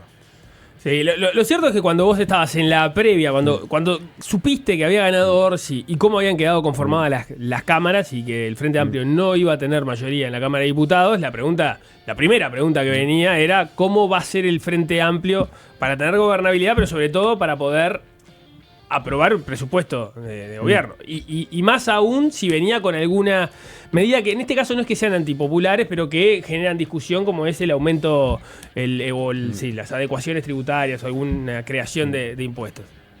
Bueno, ese escollo, que es uno de los más importantes que podía tener por delante a lo largo del periodo, lo terminó salvando. Y el Frente Amplio logra aprobar un presupuesto que seguramente no es el que imaginaban sus bases y quizás quienes entran al gobierno por el tema de las diferencias fiscales que hay en el 2025 en relación a lo que estaba proyectado, pero es el presupuesto que armaron, casi con las modificaciones que ellos mismos introdujeron y con alguna otorgamiento a Cabildo Abierto, como el aumento un pequeño aumento de los salarios de la tropa. Sí, para sanidad militar. Sí, sí. Y no más que eso. Básicamente sacaron adelante su presupuesto. Hay que ver ahora cómo funciona. Perdón, vamos a escuchar al diputado Perrone justificando por qué votó estos dos impuestos. Pero la pregunta es, o sea, porque es verdad que, digamos, una de las banderas de Cabildo Abierto ha sido justamente mejorar la vida de la tropa. Sí. ¿No? Fue durante el quinquenio pasado, bueno, se extiende en este quinquenio. Cabildo Abierto logra hacer negociación. Pero solo eso digamos, porque le acabas de votar al Frente Amplio, si no iba a ser realmente una pesadilla para el Frente gestionar sin esos ingresos el quinquenio. Iba a ser muy problemático. Gestionar el déficit, gestionar también sus ideas, sus proyectos. Cabildo Abierto, en principio, por un aumento a la tropa, saca esto. Sí, la pregunta es ¿solamente eso? ¿Para vos te parece que se quedaron cortos?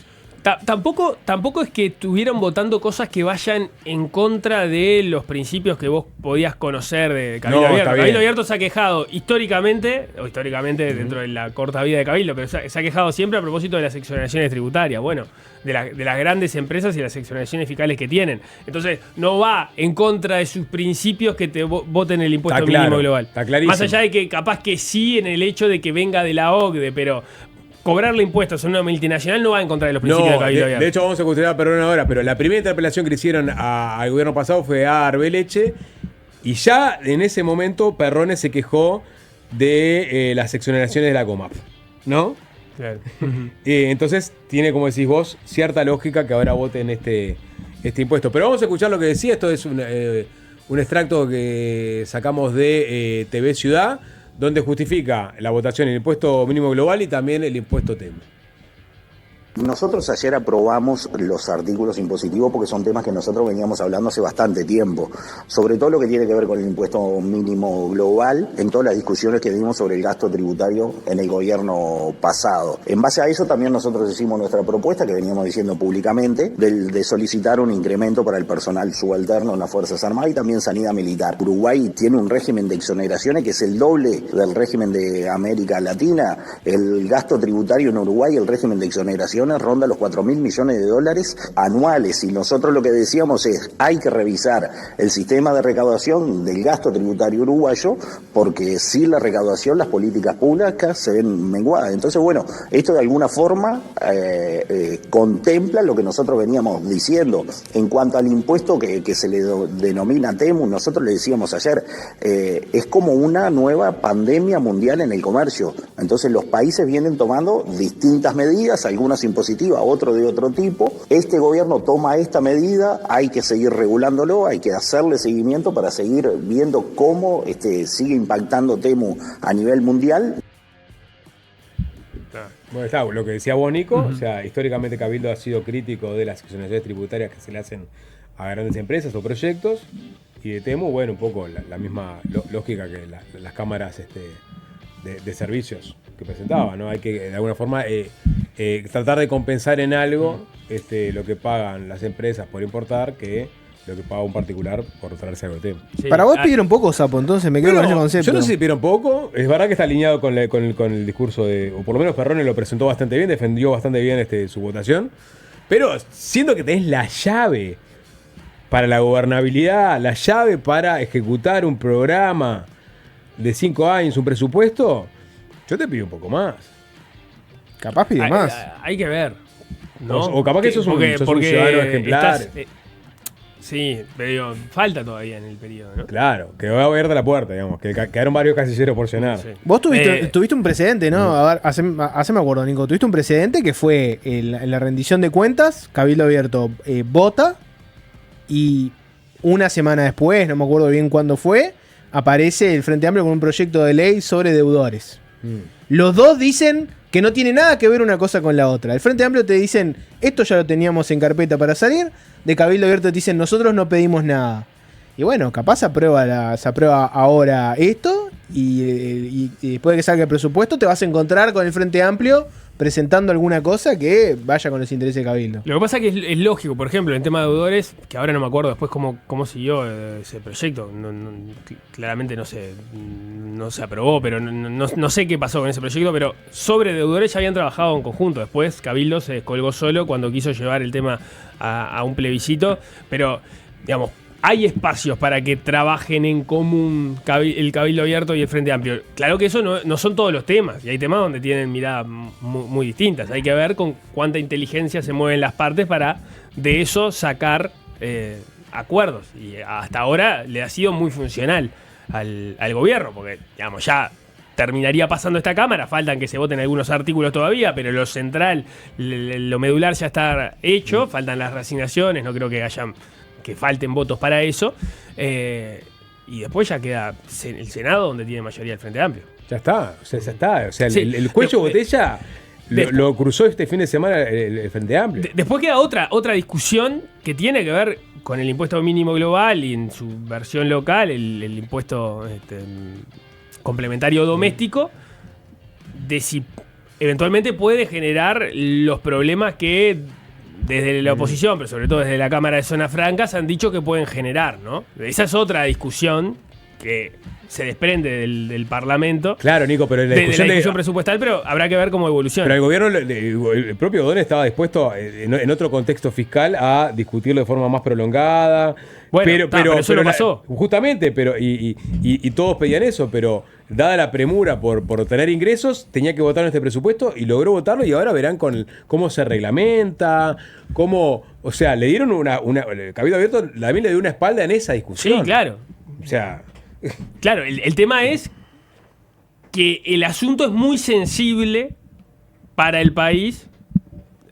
Y lo que dice la Cámara de Zonas Francas es que los riesgos son muy altos. Hay que ver después cómo se termina laudando esa discusión y cómo se termina moviendo el gobierno para que efectivamente no vengan ninguna de las demandas con las que se amenaza de parte o que podrían llegar de parte de la Cámara. No, yo me imagino que eso está todo en carpeta, obviamente, pero necesitamos que se lo voten. Sí, porque si no le daba los tiempos, porque precisan 18 meses, creo, establecidos para empezarse a recaudar, y si no ya empezabas a recaudarlo para el próximo presidente. Sí. Para el titular, Sapo, entonces, el Frente Amplio con Cabildo Abierto le torció el brazo a la coalición. Ese es el concepto. Cabildo Abierto le dio la gobernabilidad del Frente Amplio. Maca, Diego Sass, 2 puntos. Cabildo Abierto le dio gobernabilidad del Frente Amplio. Gracias por tanto, Sapo. Tenemos que hacer una pausa y volver por mucho más y mejor fácil desviarse.